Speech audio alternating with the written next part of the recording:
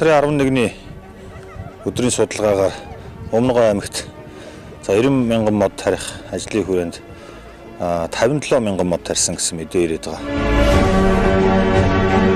За энэ бас хойдлынхаа нөгөө саарл усны үйлдвэрийг түшиглээд услалт сайн, арчилгаа сайн байхад бол одоо 5 жилийн дараа 10 жилийн дараа Өмнөгов аймгийн хөдөл тогтолтой энэ талбай хойдолд маш сайхан ногоон төгөл сүндэрлж гисэн. Энэ дунд нь одоо цэцэрлэг түрээлэн дээр хүмүүс одоо ирж байгаа буцаж байгаа хүмүүс энэ зураг хөргөө авахгүй болдог, уулзаж учирдаг. Яг тийм хангааг санагдуулам ой ногоон төгөл дунд бас ярьж суудаг ийм цаг хугацаа удахгүй ирэх бахаа гэж бид нар төсөөлж мөрөөдөж байгаа.